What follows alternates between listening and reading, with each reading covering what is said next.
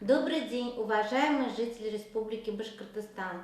Сегодня наша очередная встреча, созданная совместным проектом Башкирского центра медицинской профилактики и поликлиники номер 44 города Уфы. Представляю ее я, хирург-онколог, врач паллиативной помощи Нигманова Гульнур Хамзиевна.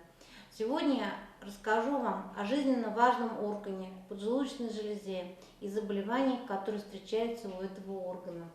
Поджелудочная железа – жизненно важный орган, который несет следующие функции. Внешняя и внутренняя секреция. Внешняя секреция проявляется в выработке ферментов, которые расщепляют жиры, белки и углеводы, а также руководит работой желчного пузыря. Поэтому железа богато кровоснабжается. Следующая функция – выработка инсулина, гормона внутренней секреции. Как вы понимаете, инсулин необходим для нашего организма для утилизации сахара в крови. Островка Лангенгарса, который представляет от массы поджелудочной железы 1/35 часть, и вырабатывается гормон инсулин. И в количестве где-то в среднем представляет 500 000 клеток. Поэтому мы должны беречь нашу поджелудочную железу. Так какие же болезни встречаются у нашей поджелудочной железы? По внешней секреторной функции. Если человек употребляет часто жирную пищу и алкоголь, а также сочетание жирной пищи и алкоголя, то поджелудочная железа не прощает нам эти слабости, так как это делает печень. У печени есть ферменты, которые расщепляют алкоголь, а у поджелудочной железы таких ферментов нет. При употреблении алкоголя возможен отек поджелудочной железы. В течение часа поджелудочная железа вырабатывает где-то 25-30 мл ферментов. При употреблении алкоголя эти ферменты начинают интенсивно переваривать свою железу, саму железу поджелудочную, в результате чего возникает панкреонекроз. Панкреонекроз сопровождается снижением артериального давления, интенсивными опоясывающими болями и резкой слабостью, тошнотой и рвотой. Это состояние пациента критическое и нуждается в хирургическом лечении. Другое заболевание поджелудочной железы, достаточно распространенное, это панкреатит. Он бывает острый и хронический. Острый – это, опять-таки, нарушение диеты и злоупотребление алкоголя. Я еще раз повторяю, поджелудочная железа не терпит таких излишеств. В результате острого воспаления поджелудочной железы со временем формируется соединительная ткань и переходит в следующую стадию хронического панкреатита.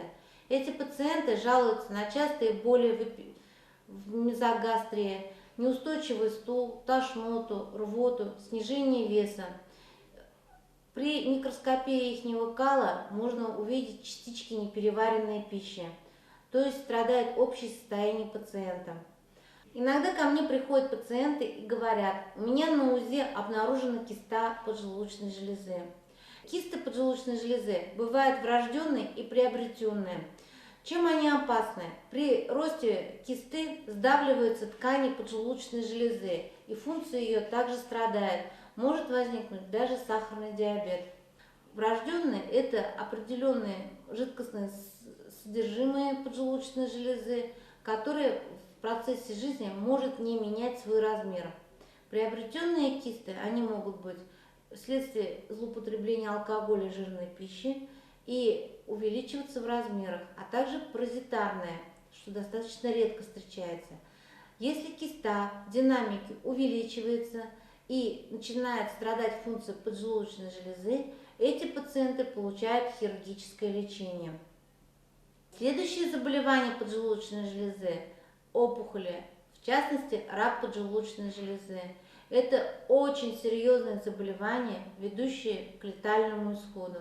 Если рак поджелудочной железы локализуется в головке поджелудочной железы, то у пациента возникает механическая желтуха.